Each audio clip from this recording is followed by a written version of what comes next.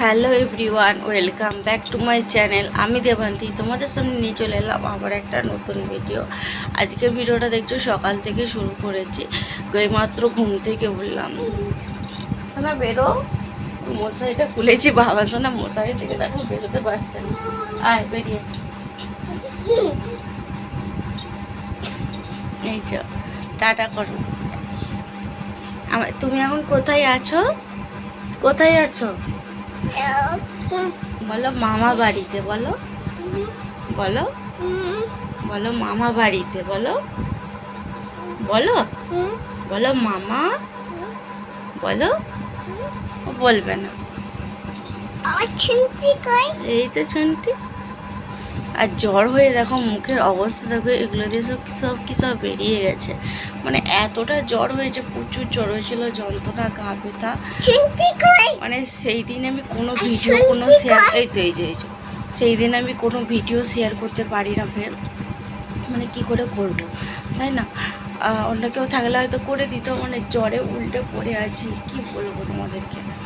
চলো এখন নিচে যাই। এখন থেকে ভিডিওটা স্টার্ট করেছি, এই ঘুম থেকে উঠলাম। 9টা বাজছে এখন পুরো। তো 9টা, আজকে অনেকটাই ঘুমিয়ে গেছি, কেয়ার করে যাবে। তো চলো যাওয়া যায়, যাওয়া যাক নিচে। চলো বাবা, উপরে আছি এখন, উপরে ঘুমিয়েছিলাম। চলো বিছানাপত্রগুলো তুলবো। সকালবেলায় ঘুম থেকে উঠেই দেখি একটা বড় পাড়া মাছ।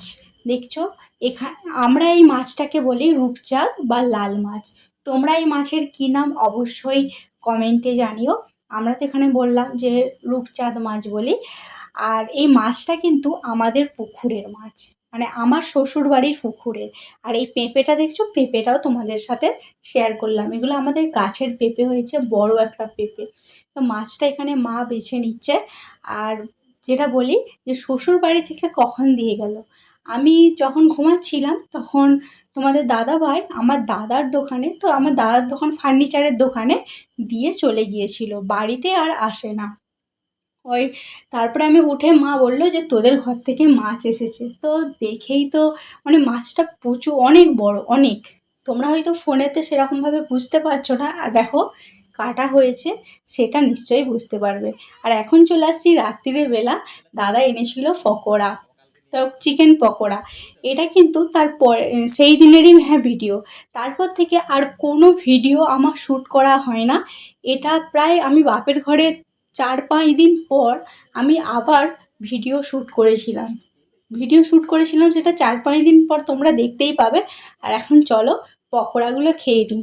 আর পকোড়াগুলো খেতে খেতে খুব হাসি ঠাট্টা হচ্ছিল। আর বাবা আমাকে বলছিল আগের দিনে জ্বরে উল্টে পড়েছিল, এখন আবার হাসছে। তো সেটাই বলছিল। আর সেই দিন চলে এলো মন খারাপের দিন। কারণ তোমাদেরকে বললাম যে 4-5 দিন পর আমি আবার ভিডিওটা শ্যুট করেছি। কারণ আজ যাচ্ছি বাড়ি, তোমাদের দাদাভাই আসছে আমাকে আনতে। ও আসছিল আগের দিনে রাত্রিরে আসছিল। তো তখন বললাম যে কোনো ভিডিও আমার শ্যুট করা হয় না। বাপের বাড়ি থেকে যেমন আলিশি বোঝার কোনো ভিডিও আমি সেরকমভাবে শ্যুটই করতে পারি না, কিন্তু শ্বশুর বাড়ি যে আমি প্রতিদিন ভ্লগ ভিডিও শেয়ার করতে পারবো। কারণ কেন বলো তো? কারণ বাপের শ্বশুর বাড়িতে সব কিছু কাজবাজ থাকে, সব কাজ তোমাদের সাথে শেয়ার করতে আমার ভালো লাগে। সেই জন্য আর বাপের বাড়িতে সেরকম কোনো তো কাজ নেই, করি কিন্তু সেরকমভাবে কোনো কাজই থাকে না। তাই আমি সেরকমভাবে ভিডিও শেয়ার করতেই পারি না। তা বলে এটা ভেবে বসো না যে বাড়িতে পায়ের উপর পা তুলে বসে থাকি, যা রান্না করে তাই চুপচাপ করে খেয়ে নিই, এমন কিন্তু না। আমিও কিন্তু অনেক কাজ করে দিই মায়ে। বাড়ি এসে আর কোনো ভিডিও শ্যুট করা হয় না। সেই রাস্তায় আসছিলাম তখন ওই একটু শ্যুট করেছি, তারপর আর কোনো ভিডিও শ্যুট করা হয় না। আর এখন দেখছো দুপুরবেলা স্নান টান করে খাওয়া দাওয়া হয়ে গেছে, তারপরে আমার নিজের রুমে এলাম। এই ব্যাগপত্রগুলো বলতে এই যে দেখছো, যেগুলো এখানে জামা কাপড়গুলো সব আছে। আর এই শাড়িটা দেখছো তো, এই শাড়িটা কারণ বের করলাম, এইমাত্র পরবো, পরে শর্ট ভিডিওগুলো শ্যুট করব, সেই জন্য শাড়িটা বের করেছি। আর এখানে জামা কাপড়ের ব্যাগপত্রগুলো সব রয়ে গেছে, মানে এগুলো পরে গোছগাছ করবো আর কি। মানে অনেকটা মন খারাপ নিয়ে চলে এলাম বাপের বাড়ি থেকে। খুবই মন খারাপ লাগছিল। অনেক দিন ছিলাম, অনেক দিন বলতে 15 দিন। আরও কিছুদিন থাকার ইচ্ছা ছিল, কিন্তু থাকা হলো না কারণ হচ্ছে তোমাদের দাদাভাই বললো চলে আসতে, তাই চলে এলাম। ওই 20 দিনের মতন থাকার ইচ্ছা ছিল, তা আজকে চলে আসছি। তো ভিডিওটা তোমরা কন্টিনিউ দেখতে থাকো। সেরকম মানে বিরাট মন খারাপ, মন তো খারাপ হবেই, আর কিছু বলতে পারছি না। যাই হোক, আর পরে দেখা হচ্ছে তোমাদের সাথে। দুপুরবেলা কথা হয়েছিল তোমাদের সাথে, আর সেই থেকে আর কোনো কথা হয় না। আর এখন চলে আসছি, দেখছো সন্ধ্যাবেলা একটু রেডি হয়েছি। তা আমাদের এখানে তো আজ গণেশ পুজো হচ্ছে। আমি গণেশ পুজোর দিনই বাপের বাড়ি থেকে এলাম। লাইটটা বেশি লাগছে না। তো গণেশ পুজোর দিনেই এলাম বললাম। তারপরে এখন আর কি করব, বাড়িতে বসে থেকে তোমার দাদাভাই বললো একটু রেডি হোক, গণেশ মেলা নয়, পুজো দেখতে যাবো। ওই আর কি টুকিটাকি বসবে সেই দেখতে যাচ্ছি। তো চলো সঙ্গে তোমাদেরকেও নিয়ে যাই। আমরা 3 জনে মিলে যাচ্ছি, বাবা সোনা আমি আর তোমার দাদাভাই। তো চলো যাক। আর কোথায় দেখতে যাচ্ছি চলো বলেও দিই। জয়রামবাটি যাচ্ছি, আমাদের 21 নম্বর বাস স্ট্যান্ড। আর যাচ্ছি আমাদের হাটপাড়ায়, আরও একটা হয়েছে সেটাতে হয়তো নামবো না, কিন্তু হাটপাড়ায় জয়রামবাটিতে তো নামতেই হবে আমাদেরকে, তাই না? তো চলো যাক। চলে আসছি গণেশ ঠাকুর দেখতে আমাদের শান্তিনাথ তলায়। তো শান্তিনাথ তলায় মোটামুটি আমাদের সব কিছু অনুষ্ঠান হয়, তারপরে যা থাকে সব মোটামুটি হয় মেল। আমাদের তো অনুষ্ঠানের শেষ নেই। এই যে দেখছো শান্তিনাথ তলায় আমাদের গণেশ ঠাকুর দারুণ হয়েছে, খুব সুন্দর হয়েছে। আর প্রচুর লোক হয়েছিল, প্রচুর লোক বলতে ওই যে একেবারে ভিড় লেগে গেছে সেরকম কিন্তু না, ওই পুজো হলে যা হয় আর কি, টুকিটাকি লোক সবাই ছিল। এই যে শান্তিনাথ, বাবা শান্তিনাথকে না দেখালে হয়, বাবা শান্তিনাথকে তো দেখাতেই হবে। তারপর আশেপাশে সব অনুষ্ঠান হচ্ছিল। এখানে দেখছো এটা ধারাপাটের ব্যান্ড বলে, ঠিক জানি না আমি ঠিক, কারণ স্টেজের উপরে বসেছিল, বসে ওই ব্যান্ড বাজানো হচ্ছিল অনুষ্ঠান।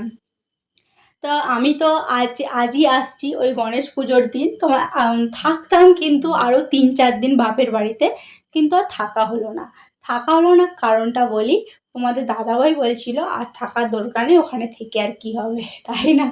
তো প্রতিটা যাই হোক মন খারাপ হয়েছিল তাই হয়তো বলেছিল। আর এখন চলে আসছি দেখছো জয়রামবাটি।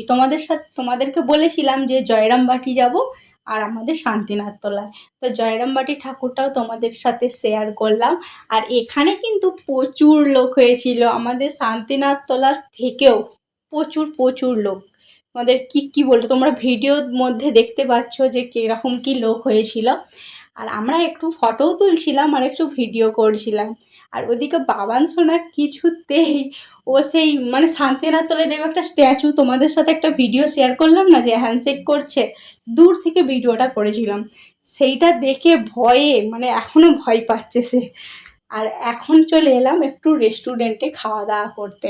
জয়রামবাটির যেখানে গণেশ ঠাকুরটা উঠেছে সেখানেও একটা বড় রেস্টুরেন্ট আছে, হোক পার্টি। তোমাদের সাথে হয়তো শেয়ার করেছি, আমি এরও আগে 2-3 বার গেছি। তো সেই রেস্টুরেন্টটাই না ভীষণই ভিড়, মানে ভিড় না, সরি ভিড় তো হয়ই, তার বদলে কতটা যে দেরি করে, একটা খাবার বানাবে তো 1 ঘন্টা লাগবে, দিবে 1-1.5 ঘন্টা। সেই জন্য আমরা আসছি অনন্যায়। এটা হচ্ছে কিছুটা আসতে হবে, ওই কি বলে, যাই হোক আমি বলতে পারছি না, এখন মনে নেই ঠিক মতো। আর এখন রেস্টুরেন্টটা তোমাদেরকে ঘুরিয়ে দেখিয়ে দিলাম। আর একটা রেস্টুরেন্ট আছে, ওটা আছে পিছনের দিকে। এটা এখন নতুন হয়েছে, দুটো রেস্টুরেন্টের সাথে আছে লজ, আছে অনন্যা লজ। আর এখন চলে আসছে chicken roll, egg chicken roll চলে আসছে। তো চিকেন রোলটা আমি একটাই নিয়েছিলাম, কারণ চিকেন রোলটা আমার একটাই, তোমার দাদাভাই খায় না, ওই আমি চিকেন রোলটা আমি খেয়েছিলাম। আর তারপরে খেয়েছিলাম চিকেন চাউমিনটা তোমাদের দাদাভাইয়ের জন্য অর্ডার করা হয়েছিল, আর দুজনেই খেয়েছিলাম। আমার অতটা ভালো লাগে না, কিন্তু আমার চিকেনের এগ রোলটা জাস্ট অসাধারণ লাগে। তাই যে দেখছো খাওয়া দাওয়া হয়ে গেছে, এরপর চলে যাব বাড়ি। তো আজকের ভিডিওটা তোমাদের কেমন লাগলো অবশ্যই কিন্তু কমেন্টে জানিও। ভিডিওটা এই পর্যন্তই, ভালো লাগলে অবশ্যই সাবস্ক্রাইব করো। টাটা।